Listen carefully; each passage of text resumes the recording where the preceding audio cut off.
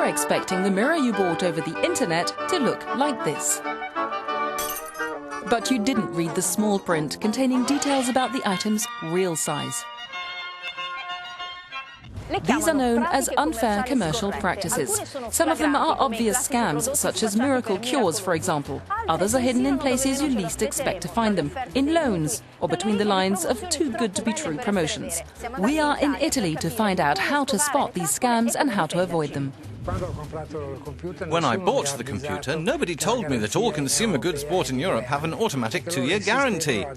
The salesman said my computer only had a 1-year guarantee.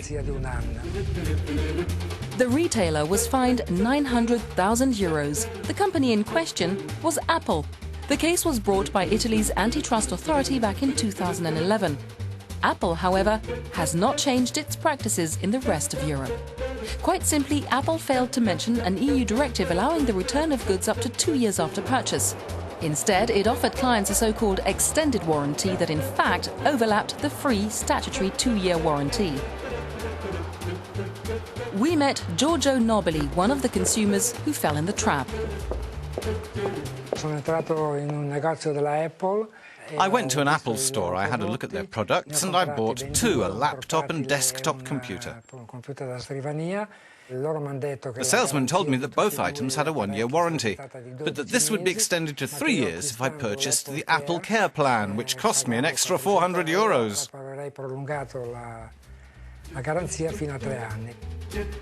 Giorgio bought the computer in November 2011, 1 month before the group was fined. He decided to sue Apple and is now waiting for the ruling, hoping for a refund.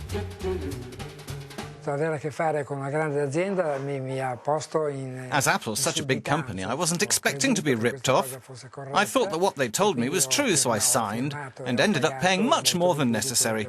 I feel they've made a fool of me. I feel duped and cheated.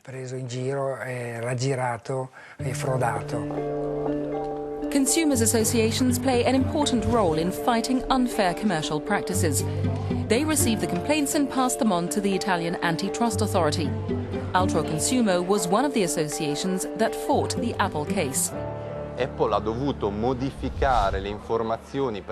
was forced to update the information given on its website, where the 2-year free warranty wasn't mentioned. And they were also forced to give their salespeople new guidelines. According to the European directive, there are 2 main categories of unfair commercial practices: aggressive and misleading. The latter, be it through action or omission, pushes the average consumer to take decisions he would otherwise not have taken. Misleading advertising is one example. This advertisement shows how consumers can easily be misled. It was aired in Italy between February 2010 and June 2012. Food and drinks multinational Danone was fined €170,000 for it and has appealed the sentence. Roberto Lapira is a journalist specialized in consumer protection.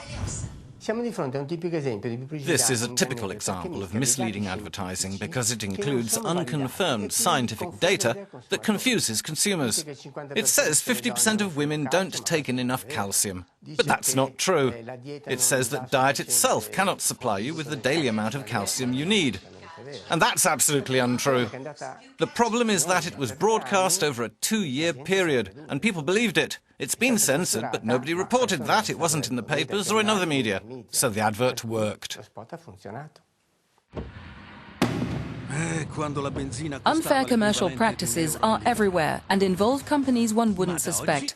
Italian car giant Fiat, for example, was fined for promising motorists they would save a lot of money on fuel if they bought this car.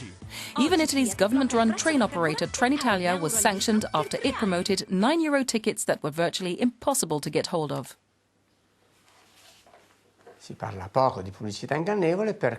No one really talks about misleading advertising because it's big business. 9 out of 10 of large companies have been fined at least once. A typical example is telecommunication companies. Phone companies have been handed at least 100 fines, and they don't play fair, they don't change their ways. Fines are included in their budgets. Misleading advertising is only a drop in the ocean of unfair commercial practices. Door-to-door selling, for example, can easily turn into aggressive practice, as illustrated in this film by Ultra Consumo.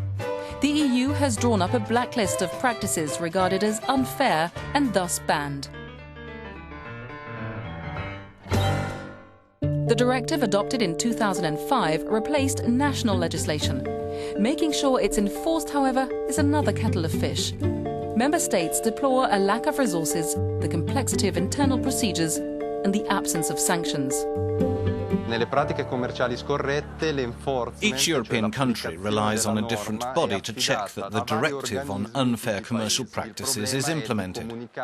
The problem is to communicate and share good practice and efficient decision-making. The law exists.